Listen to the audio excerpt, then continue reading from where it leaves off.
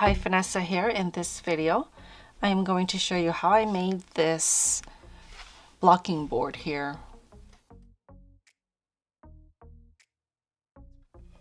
I wanted a thick board, so I found this one on Amazon that was 1 inch thick.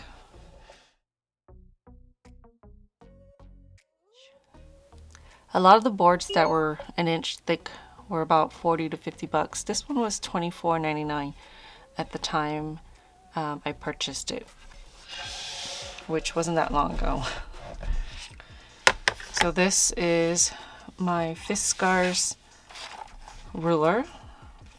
I got these rods on Amazon as well. So I've got a copper one and a brass one. They have stainless steel and other metals as well. I used a 1/8 inch drill bit. So this is slightly larger than the rods. And I also got this little handy tool here. It helps keep the drill bit straight when you're drilling the hole.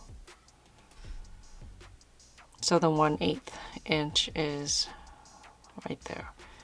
I didn't record the video or take many photos when I made this because I wasn't sure how it was going to turn out.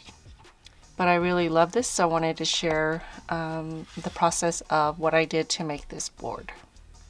Here's a granny square that I have. This one's already blocked, but I just wanted to put it in there and show you.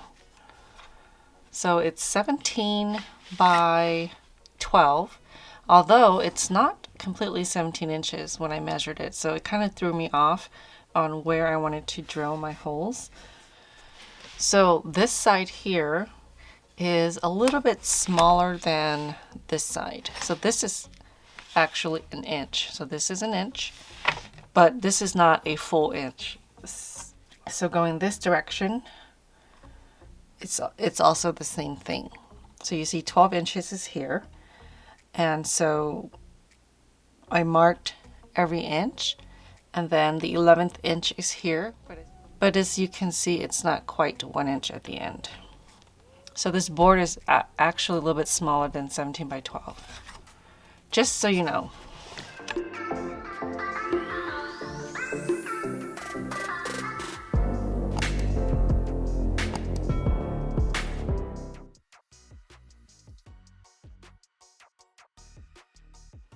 So what I did is I started on the edge here and I marked, as you can see, every inch. Now you can also mark the center of 16 3/4 and then measure out that way, but I just didn't want to deal with that, so I just went this way, and I know that this is not quite 1 inch. It doesn't really matter because I'm not going to block anything past that. Same thing with this side. So what I did is I marked a few holes first, and then I lined it up and I drew lines on it. And then I did the same thing in this direction where I marked this side, and to make sure that when I drew my line it was straight. So I did that all across this side and this side. And then I decided to cross it across right in the center. This is my center hole here. Well, the center of what I marked out.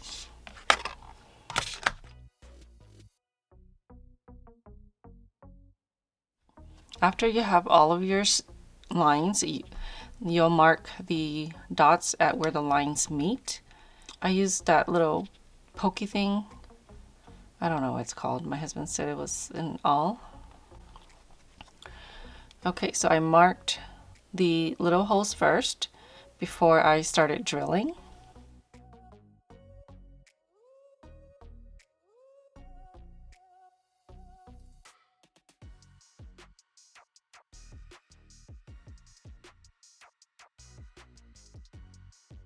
And then I didn't want this to go all the way through to the back. I did have a little accident there. So what I did was I took a piece of painter's tape. Something else may work better, but that's what I found next to me. And then I placed the drill bit into the guide, and I placed that on the edge. And I'll show you a picture of it too. Okay, so I want to drill just about halfway, or a little bit. Okay, like that. So I know to mark tape around here so that when I'm drilling I know where to stop. So what happened here is eventually my tape started fraying and it was coming apart, so it slid up and I drilled all the way to the bottom. Okay, so you want to, if you don't want to drill through the board, you want to make sure that you mark it somewhere on your drill bit so that you don't poke a hole through like I did here. Okay, so once you're going to grab your drill and your drill bit. I don't have my drill with me, but basically you're going to place the drill bit into the 1/8 inch spot here. And then before I place this down, I look for the holes that I've marked, and then I place that on the hole first, and then I slide this down, and then I drill. Okay, so that kept my holes pretty straight. There are times where my arm got really tired, so I just sort of let it hang a little bit, and trust me, you don't want to do that because it did go in a little crooked, and you can tell when you put in the rods that they're not straight.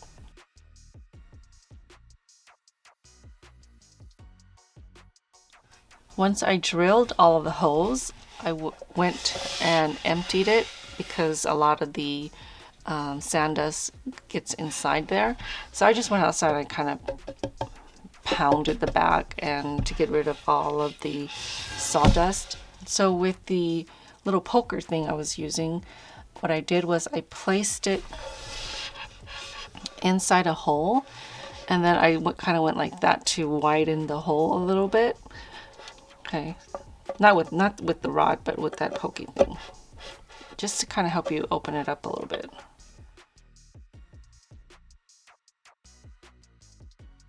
So I had a sponge, a dishwashing sponge. It was brand new, and I cut a piece of sandpaper that was 100 grit, and I sort of just wrapped it on top and started sanding it gently so that the rough edges are sanded down. It also helped remove all of the pencil marks.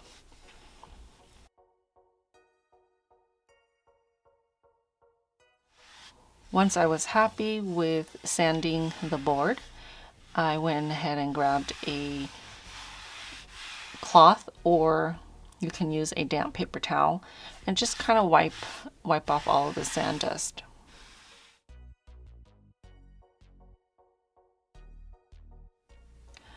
Then you want to use mineral oil, and I'm just using mineral oil because that's what the package said to use for the board.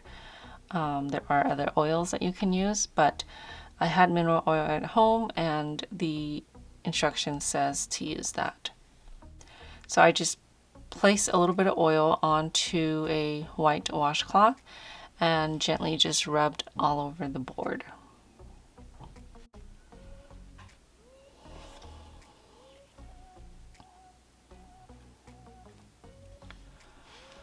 Okay, and then there you have your own blocking board. Alright, thank you so much for watching. I hope you've enjoyed this video. If you make your own blocking board using my tutorial, please share at my social media accounts. I would love to see them, or you can send me an email. Everything is linked below in the description box. If you haven't, please subscribe and hit that notification button so that you will be notified every time I post a video. I'll see you next time.